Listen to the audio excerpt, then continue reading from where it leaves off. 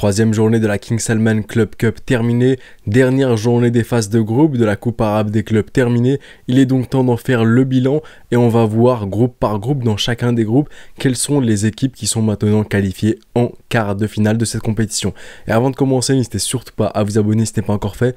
Vous êtes environ 75% à regarder les vidéos sans être abonné, donc n'hésitez surtout pas à le faire, d'autant plus que depuis le 17 juin, il y a une vidéo tous les jours et ce jusqu'au fin du mois d'août, jusqu'au 31 août. Donc n'hésitez pas à mettre un petit like si le contenu vous plaît, à vous abonner si vous n'êtes pas encore abonné, à partager et c'est parti pour le début de la vidéo. Et on commence avec le groupe A, un groupe composé d'Al-Ittihad Jeddah, le club saoudien, qui a terminé en faisant un sans faute, 3 matchs, 3 victoires, 9 points pour le club saoudien. Ensuite vient le club irakien d'Al-Shorta qui termine à la deuxième place avec 4 points.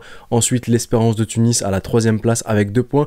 Et enfin le club sportif sfaxien, le club tunisien qui a terminé avec 0 points. Ou pardon, avec 1 point plutôt, parce qu'ils ont aussi fait un match nul contre l'Espérance de Tunis.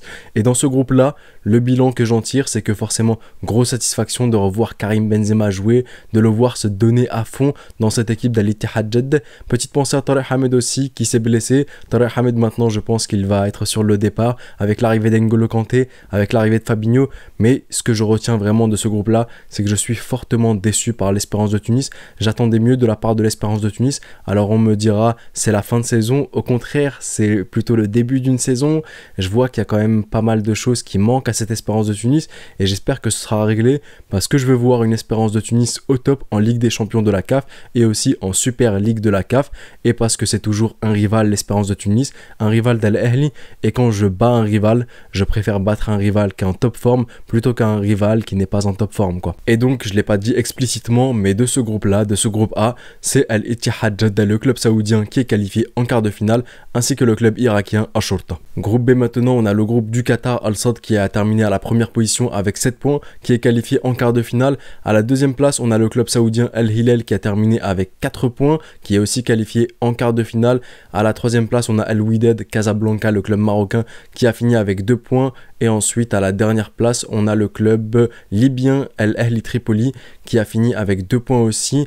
De ce que je retiens de ce groupe-là, c'est que je suis un peu déçu de la part du Wydad dans le jeu. Maintenant aussi, il faut avoir le courage et l'admettre et être objectif. Le Wydad, lors du premier match, malheureusement, il y a un penalty qui n'est pas sifflé en leur faveur. Lors du dernier match contre Al-Hilal, malheureusement, il y a ce but qui est refusé pour le Wydad qui leur permettait la qualification en quart de finale. Une quart de finale auquel ils n'assisteront pas d'ailleurs.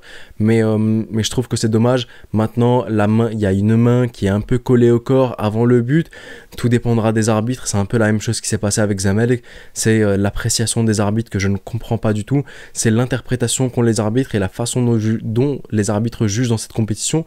Alors, j'ai pas trop envie de m'avancer, mais la première impression que j'ai comme ça à chaud, c'est qu'il y a eu un arbitrage maison qui visait un peu à viser les clubs saoudiens au détriment des autres clubs, et malheureusement, même si le jeu de la part du Wydad n'était pas à la hauteur, mais voilà, un match de foot ne se limite pas qu'au jeu, ça se limite surtout au résultat. Tu peux faire un match qui est dans l'ensemble, dans le fond, pas bon, mais au final gagné. Et malheureusement, ça n'a pas été le cas pour le Wydad parce que l'arbitrage n'a pas été clément avec eux. Groupe C maintenant, on a Al-Shabab qui se qualifie au tour suivant. Le club saoudien d'Al-Shabab avec 7 points à la première place. À la deuxième place, on a eu Al-Nasr, le club de CR7, qui se qualifie aussi au tour suivant en quart de finale avec 5 points lors d'un dernier match intense contre le club du Zamalek qui a fini lui à la troisième position avec 4 points et qui n'accède pas au tour suivant malheureusement. Et ensuite Al-Ittihad El-Monastiri à la dernière place avec 0 points. C'est l'équipe de cette compétition qui a 0 points, qui n'a gagné aucun de ses matchs. Maintenant, ça a été intense pour Zamalek lors du match contre Al-Nasr. CR7 qui a climatisé Zamalek, et malheureusement pour Zamalek, tout comme pour le Wydad, ils ont bénéficié d'un arbitrage un peu sévère, notamment le match contre Al-Shabab où je vous ai expliqué que je ne comprenais pas pourquoi est-ce que l'arbitre avait sifflé un penalty et que je trouvais ça un peu trop sévère pour eux. Maintenant, hard de la KE, il faudra se concentrer sur la demi-finale contre Pyramids en Coupe d'Égypte et sur le championnat qui arrive très très vite. Et enfin, groupe D, le dernier groupe, on a le Raja Casablanca, le club marocain qui, à l'instar d'Al-Ittihad Jeddah, le club saoudien, fait un sans faute, fait 3 matchs, 3 victoires. Il se qualifie donc au tour suivant avec 9 points.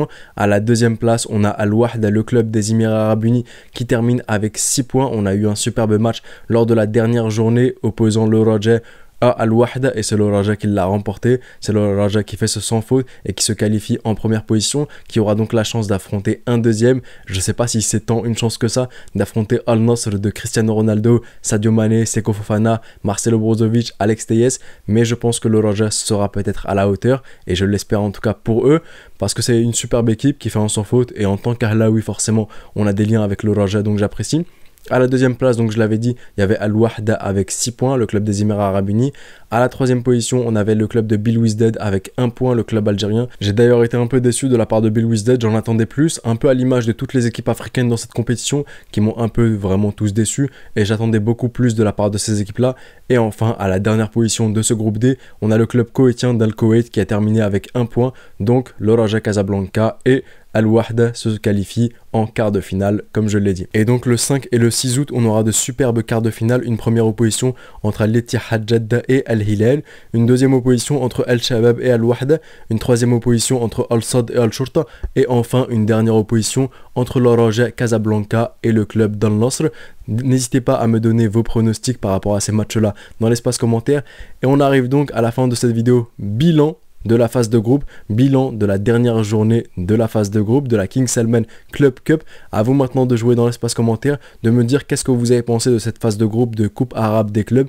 Je me ferai un plaisir de tous vous lire. C'était le petit pharaon, prenez soin de vous et de vos proches et je vous dis...